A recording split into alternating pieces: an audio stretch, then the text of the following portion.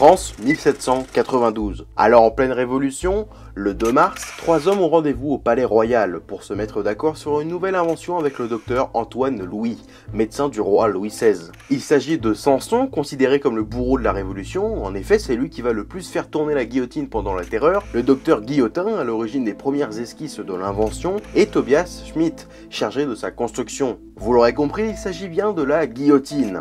Les 4 hommes débattent de la meilleure façon de trancher une tête, de façon à ce que ce soit rapide, et Guillotin insiste bien sur le fait que la mort doit être indolore. L'un voit la forme de la lame droite à l'horizontale, l'autre circulaire pour épouser la forme du cou du condamné. Mais soudain entre dans la salle un homme.